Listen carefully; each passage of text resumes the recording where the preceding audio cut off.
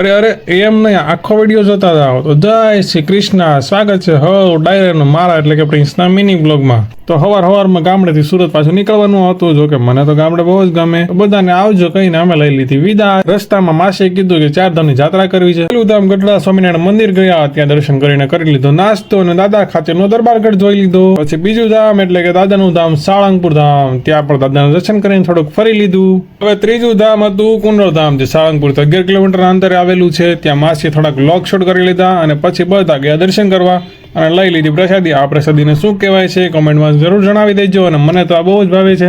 क्या बात है सर, क्या बात है सर. અને હા, હજી સુધી યુટ્યુબમાં આપણી ચેનલને સબસ્ક્રાઇબ ન કરી હોય તો જરૂર કરી દેજો. अच्छा ठीक है, समझ गया. પછી દરબારગઢ નજીક એક પથ્થર જોયો. મેં કીધું ચાલો જોઈએ તો ખરા શું છે આ. ત્યાં તો આમાંથી ઝાલર જેવો અવાજ આવવા લાગ્યો. પછી દરબારગઢમાં લઈ લીધી એન્ટ્રી. ત્યાં ઘણા બધા જોવાલાયક પ્રદર્શન છે. હજી સુધી તમે ના ગયા હોય તો એકવાર જરૂરથી મુલાકાત લેજો, પોતાના સ્વખર્ચે. બીજી બાજુ માસી ગઈ ચાલો બધા બેસી જાવ મારા બળદગાડામાં, આપણે સુરત જવાનું છે.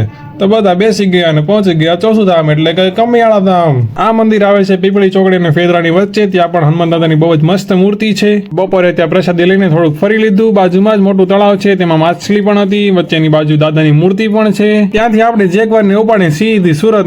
માસીને કહી દીધું ટાટા. બસ આજનો દિવસ આપણો અહીંયા પૂરો થયો. હવે મળીશું નેક્સ્ટ પછીના વ્લોગમાં. ત્યાં સુધી આવજો અને બધા પોતપોતાનું ધ્યાન રાખજો.